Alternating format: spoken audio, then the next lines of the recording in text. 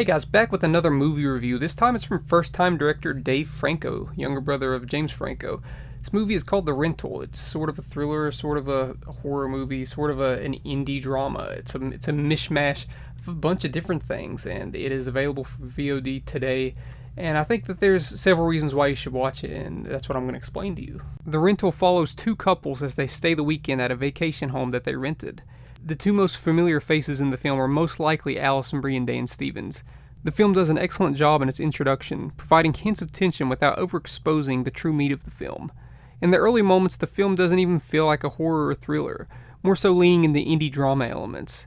Franco has a pretty decent visual eye for making things feel intimate and uncomfortable, and while the cinematography isn't anything spectacular, it still felt more sincere than most mainstream horror films that you'd see in the theater. As The Rental moves along, the tension quietly keeps picking up. Something is about to burst in front of us, but we're not quite sure what it is. There's a sense of dread in not really knowing what's going to happen next.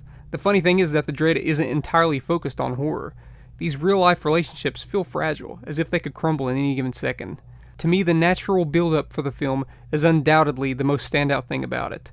The horror elements add a nice touch to the real-life drama that we've been watching for about the first hour or so. Unfortunately, the third act doesn't fully deliver. Sure, this is the part of the film that most horror fans probably want to see, but it feels somewhat flimsy and uninspired.